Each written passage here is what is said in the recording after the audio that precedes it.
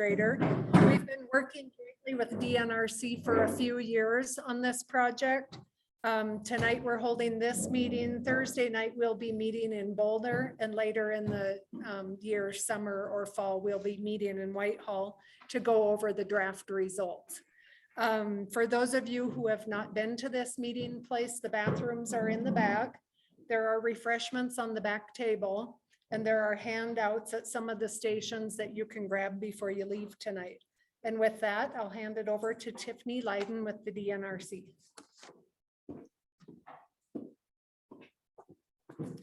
All right.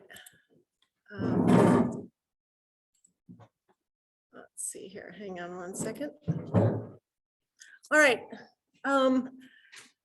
Thanks, Megan. Hello and welcome. My name is Tiffany Lyden. I'm a floodplain outreach specialist with the Montana Department of Natural Resources, or otherwise known as DNRC. And we've got a good turnout here in the room. And we actually have a number of people that have joined this meeting online through Zoom. So I'm going to try to do both here. So they're going to be able to see this and hear. So if you see me looking at the screen, we're just trying to kind of do this hybrid environment that we're in these days. So welcome everyone, both in person and online. I know some of you have gotten a chance to look at the draft maps, either at home or when you came in the room. We want to give you a chance to do that afterwards. So what I want to do first is just kind of give you a talk about what these maps are, a little bit about what they are, what they mean, a little bit about the process to develop them, and sort of the next steps in this project.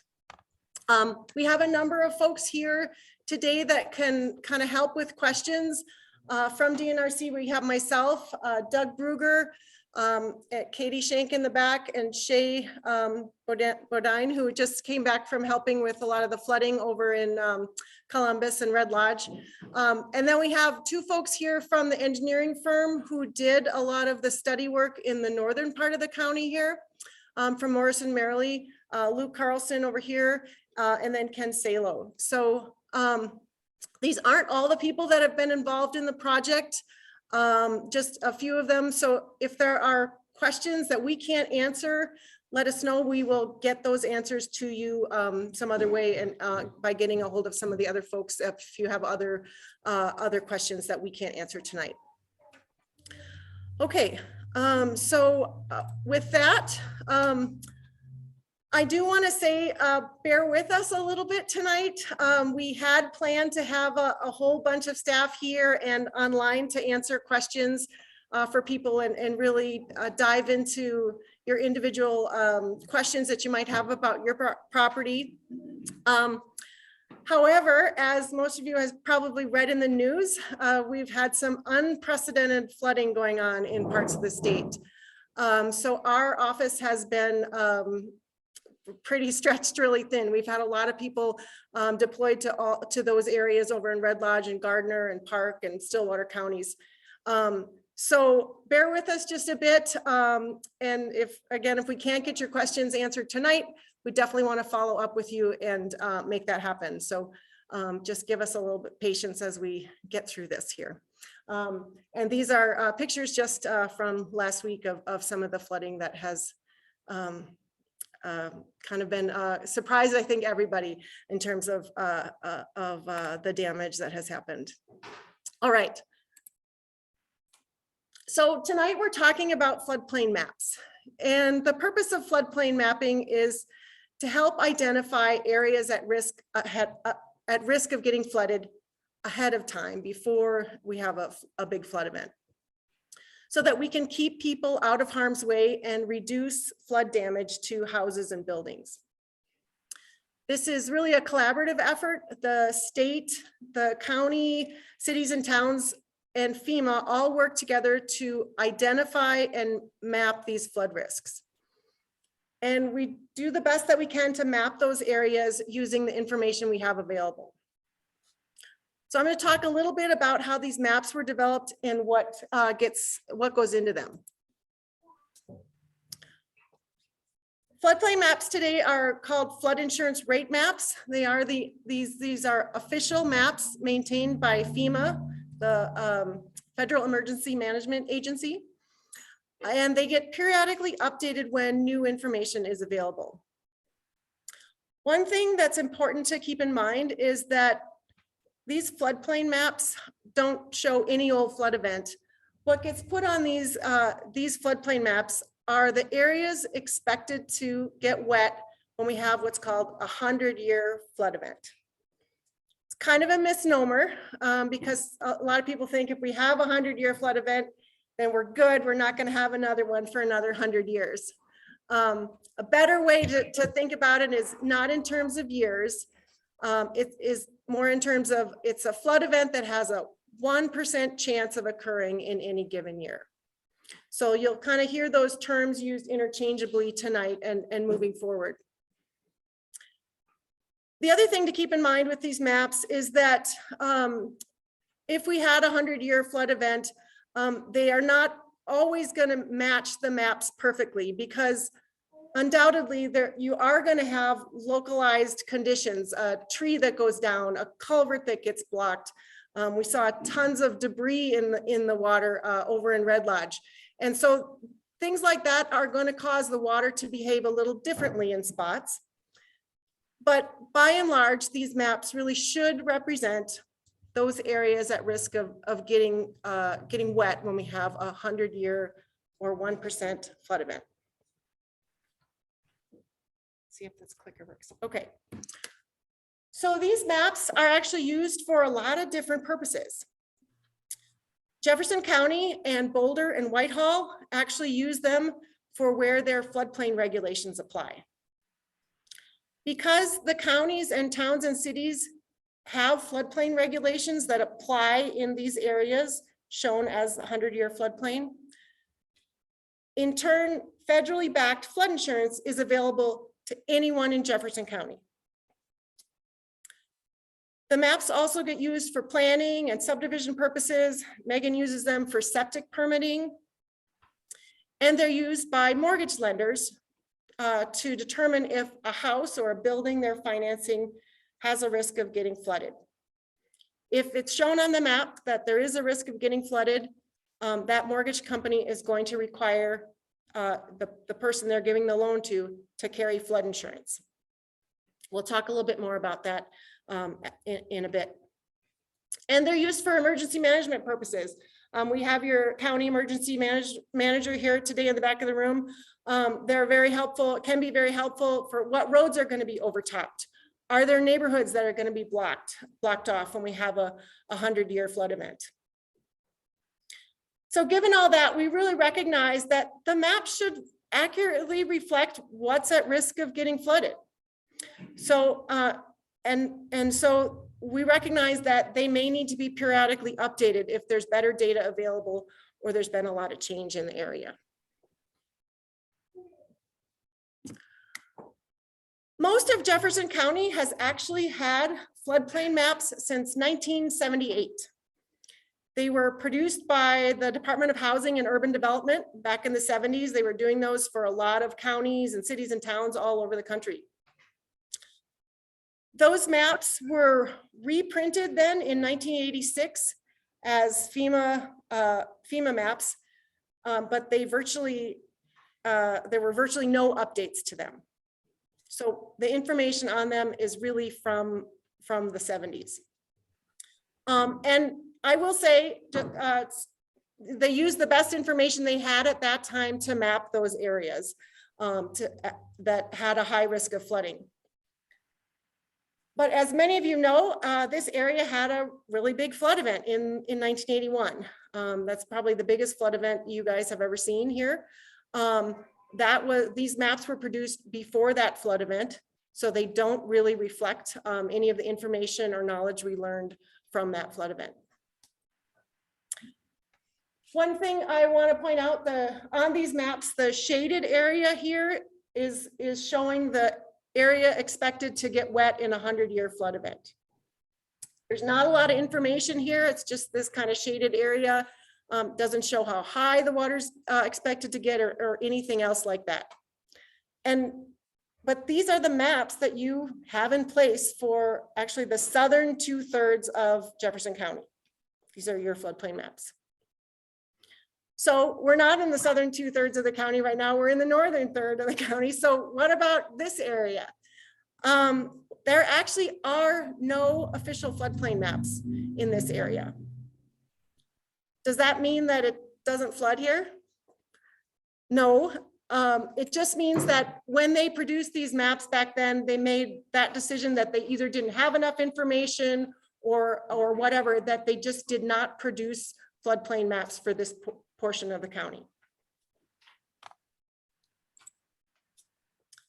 So a number of years ago, Jefferson County requested updated, better information for the county. And we started working together to conduct updated flood studies on a lot of the rivers and streams in the county.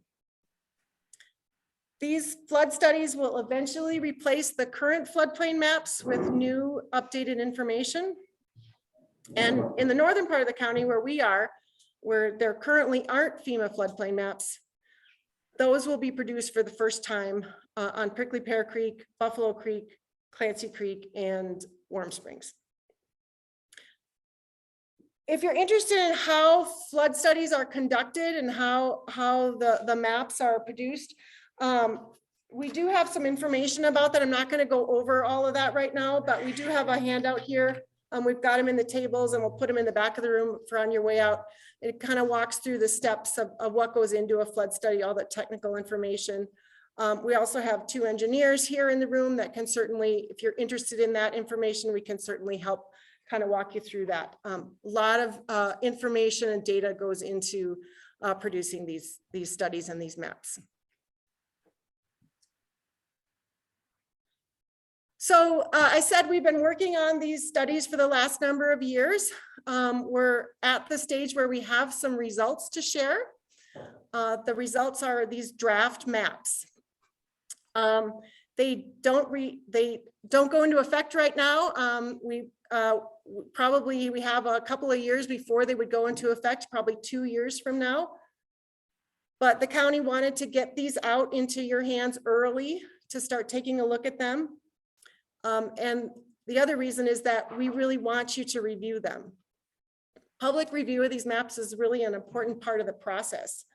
Before they go into effect, we want to make sure that things look right. If there are errors or things that just don't seem right, we welcome and really want your feedback on that.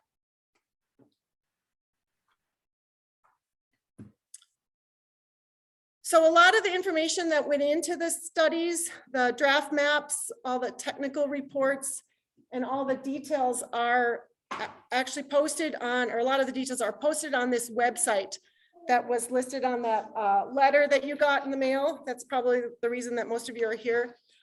There's a website on there and you can access a lot of those reports right there.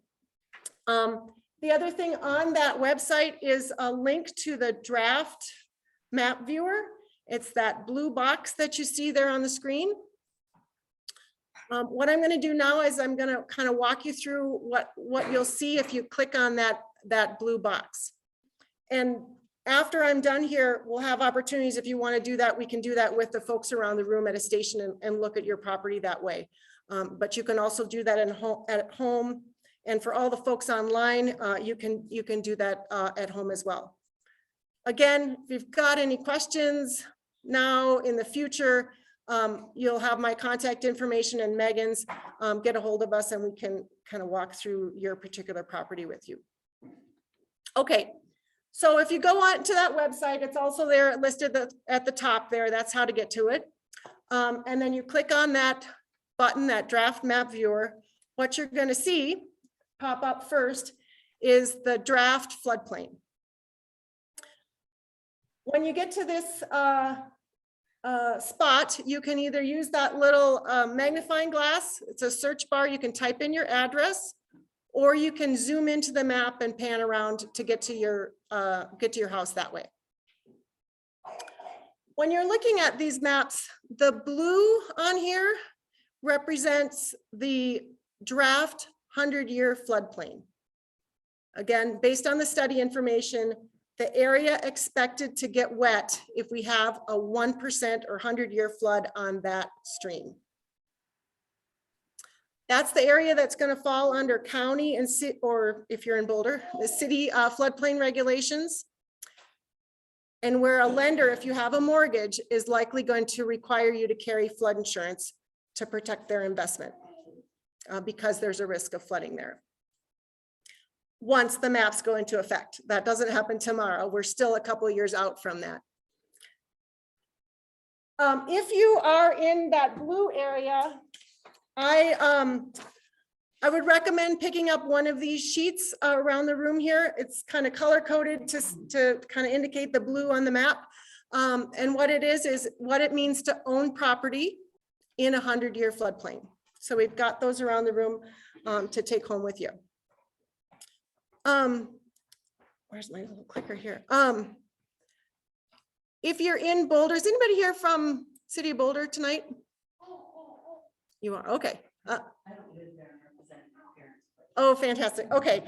So I will say in Boulder, there is an additional zone inside that 100-year floodplain. It's the only place in this kind of portion of the study where we're talking about the next couple days where there's a floodway.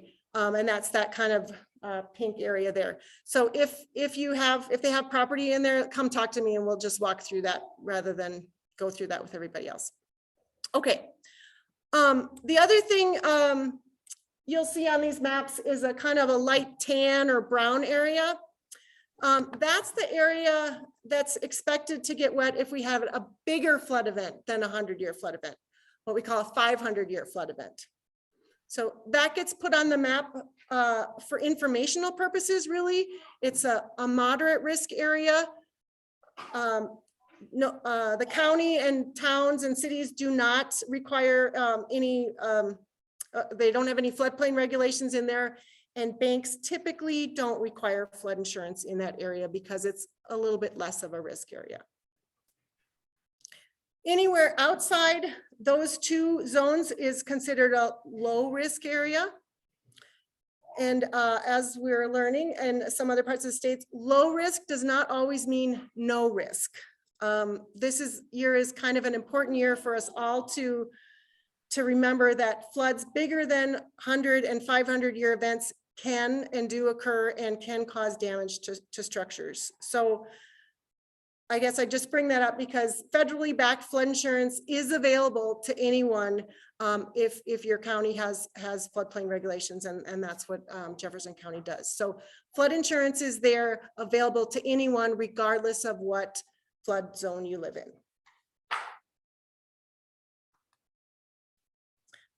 Okay, there are some tabs on the left side when you open this map up.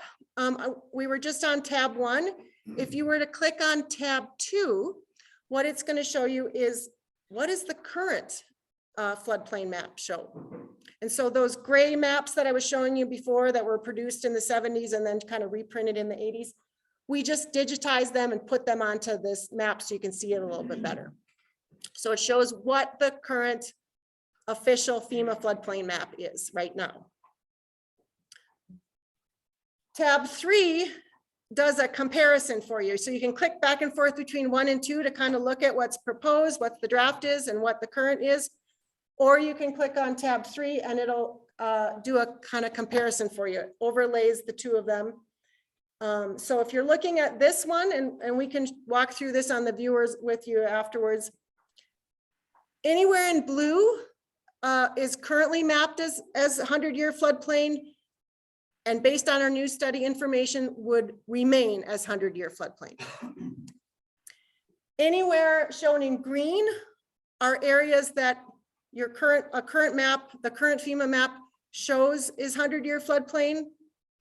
But based on our new study information, it's actually higher. It doesn't have that it's not at risk of getting flooded in a 100-year event. So we are proposing to remove those areas from the floodplain. Red is the opposite of that. It's not shown on the current maps as being in the 100-year floodplain, but based on our new study information, it is really at risk of getting flooded. So those would be proposed to be added to the floodplain. Does that make sense? Okay. So what about in this area here where you don't have a current map to compare to? What you'll see if you get to tab 3 is you'll see this kind of light purple, and it's just explaining that this is new mapping proposed to be added to floodplain maps for the first time.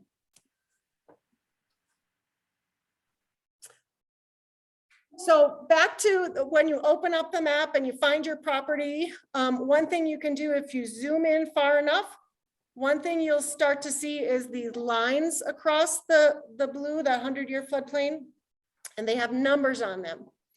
What that is the flood elevation, how high the water is expected to get in a 100-year flood event as you go down the river. So it's a lot more information than just kind of a shaded area on the map.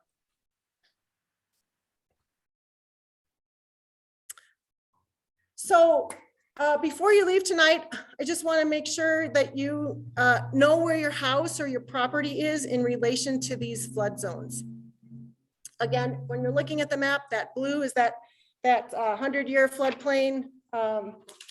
If you're in Boulder and you have that red area, we've got a little sheet for that. But if you have that tan area, we do have a sheet about the 500-year floodplain too. So you can, a lot of times people will have both of those zones through their property, especially if they have larger parcels. So you can kind of pick those up and look at what those are. All right. What's my mouse here? Oh, that's what happened. Okay. All right. Bear with me. Thanks. Okay. And again, areas outside of those two, the 100 and 500 is considered a low risk, not no risk area. All right. So again, here are those sheets that we've got, those fact sheets. They're also on the website for any folks that are online. You can get those right on that front website page. What they basically talk about is kind of two things. What does it mean if you're planning to do any future development or building on your property? How will this affect you? How could it affect you? And then what does it mean for flood insurance? So you'll see those two things.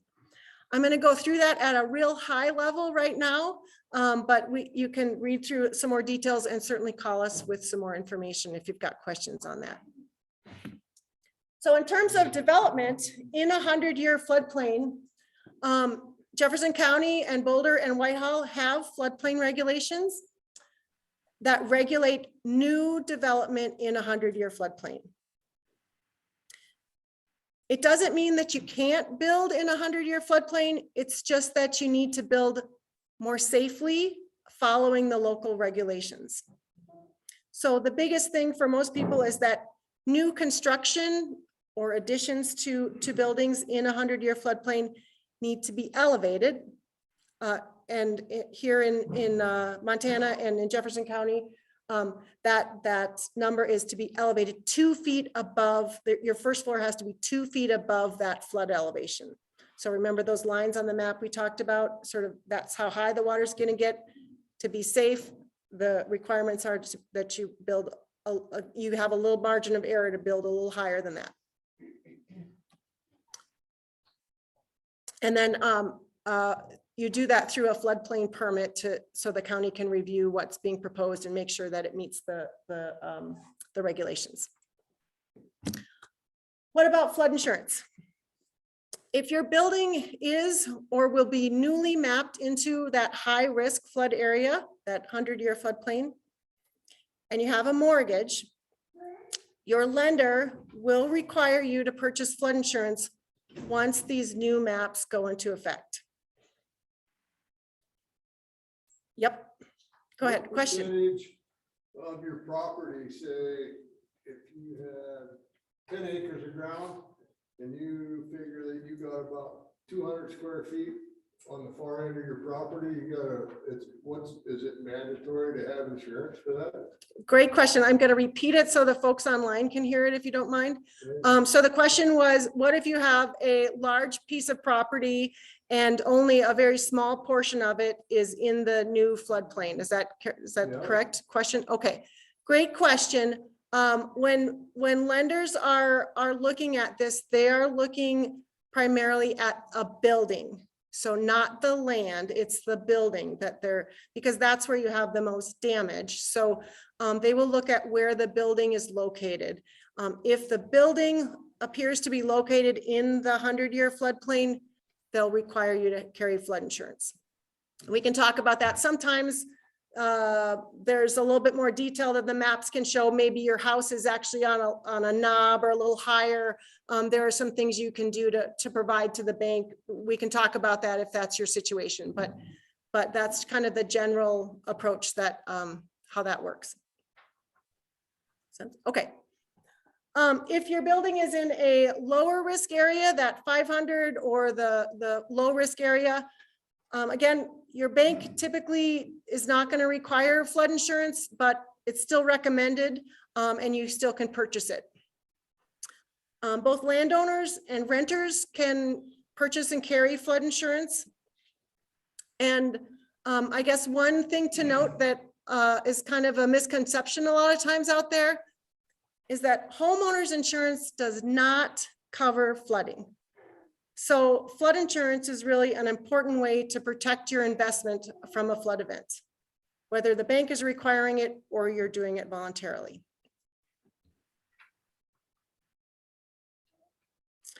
Okay, so here's kind of where we're at in this process. This timeline is on that project website. If you scroll down to the bottom there, we're right where this red circle is here. We're right at the stage where we have some draft data available for review. Again, we're a few years out from the new maps replacing the current maps or becoming maps for the first time. The reason is these maps need to go through a pretty long public review process. And they actually will go through a more formal comment period, probably sometime next year. The county will definitely, we'll talk about sort of hosting some additional meetings and letting you know about that. The purpose of tonight's meeting is really just to give you an early look at this draft data and get some early feedback on these maps before they progress through. So in the meantime, we really encourage you to look at these draft maps and the study information. Again, if you see errors or something that just doesn't look right, we want to know that. Your feedback and your input is really encouraged and welcome. And you can provide that to Megan or myself. Those are probably the two folks that will kind of compile some of that. Okay, so we want to give you time, those folks in the room here, to look at your particular property at the stations and ask specific questions that pertain to your particular house or your particular land, like you asked there. But before I do that, are there any kind of overall general questions that that anybody here in the room has that we might be able to answer? Just to the point of reference. Sure. The flooding that's going on in Park County and over in there, was that considered a 500-year or a 100-year flood? Great question. I'm going to repeat it for these folks online. The question was the flooding that's going on over in, did you say Park County or Anyways, over in Red Lodge and Livingston. So was that what kind of an event was that? Was the question, right? Okay. It's a great question. I think we don't fully know yet. I was just talking to somebody earlier tonight, like in Red Lodge, the stream gauge that is used to record how high, how much flow is coming down, was either broken or stopped working because it was just so much water. So some of that is they're going to go back and get some measurements of how high the water got to kind of determine that. So I don't think we know yet, but I think it's safe to say it was really big. It's a really big event. In some cases, definitely larger than a 100-year event. It may have been larger than a 500-year. We don't know for sure yet. So I don't want to make some guesses, but they were, in some areas, they were pretty large events. Yeah, and I can add, it gets, it's a complicated question to answer. For example, you know, it might have been over 100-year, over a 500-year Livingston, but by the time it gets down to like Glendive, it's kind of spread out enough that it was only a 5-year event, and Glendive is an estimate that I've heard, but definitely in a lot of spots. I mean, again, we don't quote us on it, but over 500 years seems like it was at that level in a lot of places. Yeah. Okay, and you had a question? Yes, I was curious if your current septic system is, so your leach field, whatever, so maybe this might be more for you, is now within these proposed new zones. What happens? Okay, the question is if you're, you can maybe come up here to answer this if you don't mind. If your septic field or your leach field or your septic system is in the new or proposed floodplain, what does that mean? So the answer to your question, you would not be required to remove your system. However, at such time you need a replacement, we have to be 100 foot from the 100-year floodplain. And so we would have to have room for that. If for some reason you don't have that kind of room, there is a process you can go through to get a variance through the health board to encroach on that.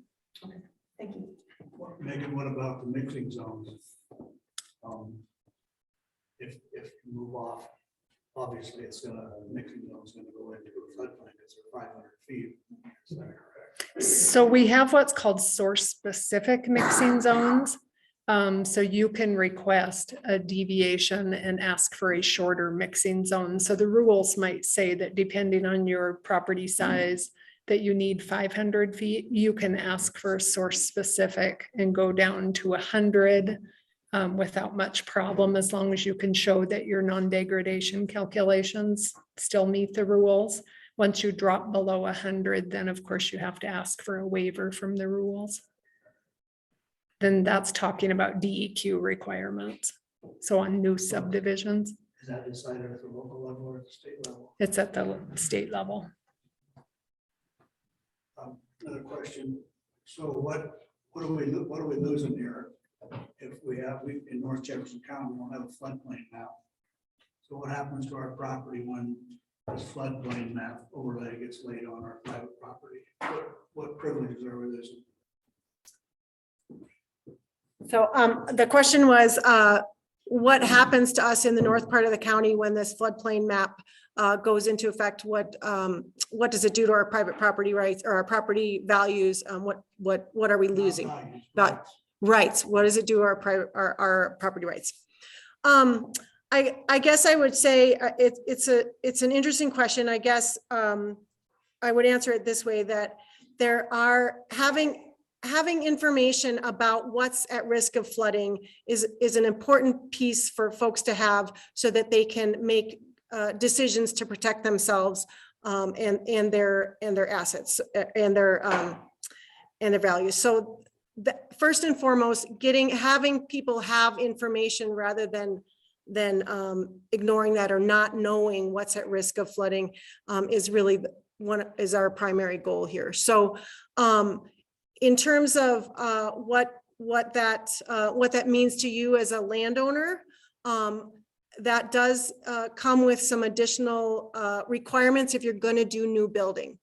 Doesn't affect your existing buildings, but if you're going to put a new building in an area that has a mapped floodplain, you'll have to get a permit and make sure you're building it to the requirements. So you lose a little, I guess there's a change there. And maybe you can help that. Yeah. So currently, even though there aren't maps, we know that certain areas are in a floodplain. And so in situations where someone wants to build, we don't have any data.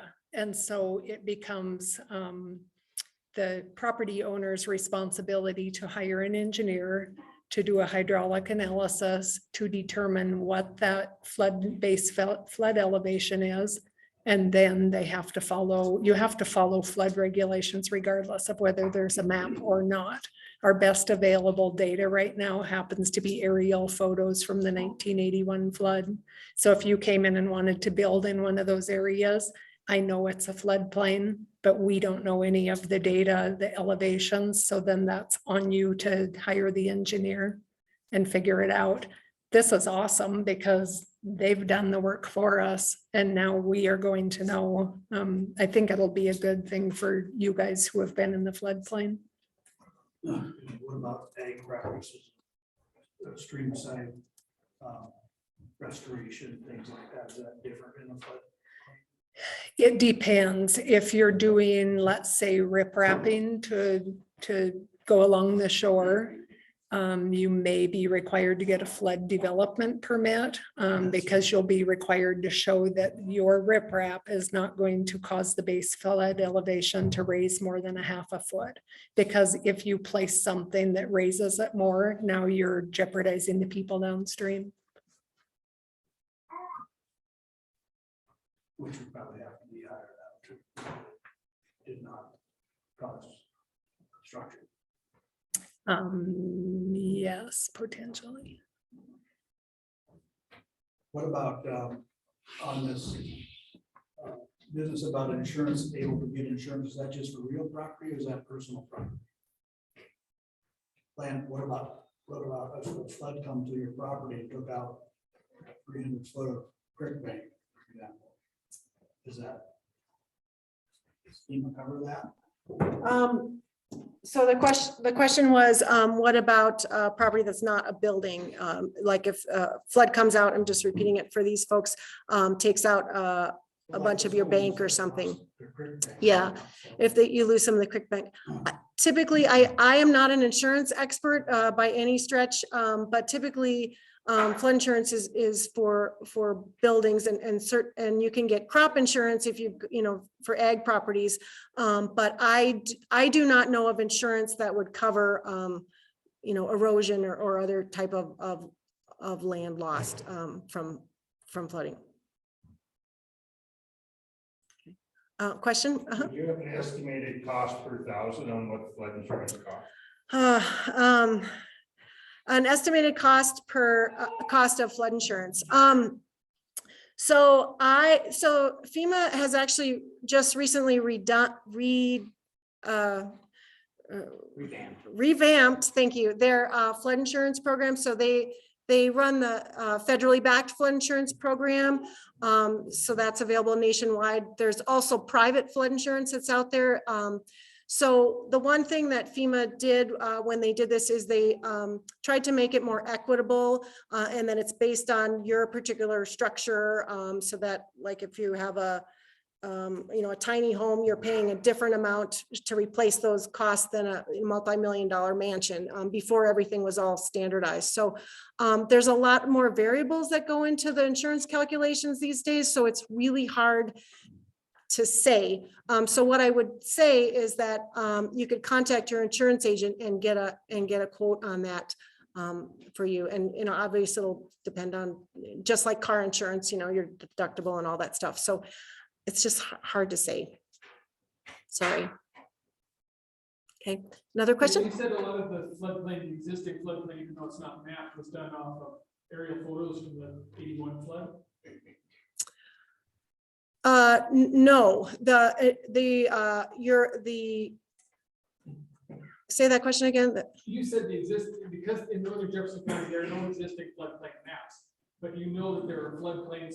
Oh, looking at aerial right. photos So of that. yeah, Are so those photos available? I mean, do you want to answer that? Say, okay.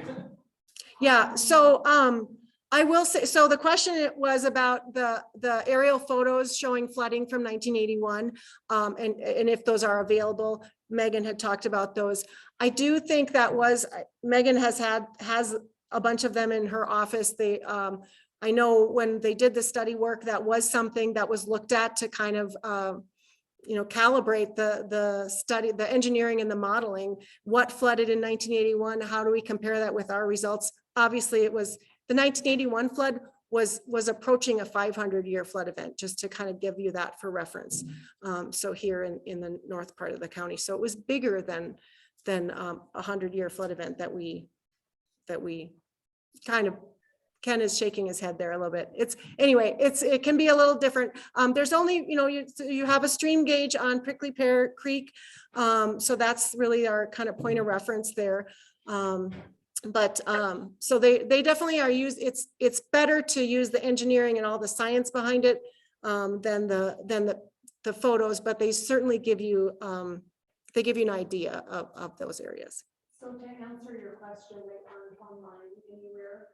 You're more than welcome to come to my office. Okay. Did you ever get a copy of the scans and the digital versions of those? We should make sure you got that, so if people show up with a flash drive or whatever, that they can take the photos home without having to cart them around. So we'll make sure that Megan gets a copy of those. And for folks online, we were just talking about the availability of those aerial photos and maybe contacting Megan if you're interested in those, and we'll try to get some of those to you. Okay, so maybe what I'll do is I want to give you time to look at the maps in your particular property. So for those folks in the room here, we've got, I think, 5 stations set up, and we can also use this to look at the maps with you. Shay Bodine might have a little bit more handle on some flood insurance questions if you've got some more of those, and certainly on some of what the regulations might be, and Megan can talk about those as well. And then for the folks online, I'm going to turn it back to Terry Bauman, your facilitator, to talk through how to get your individual questions answered. Thanks so much for participating, everybody.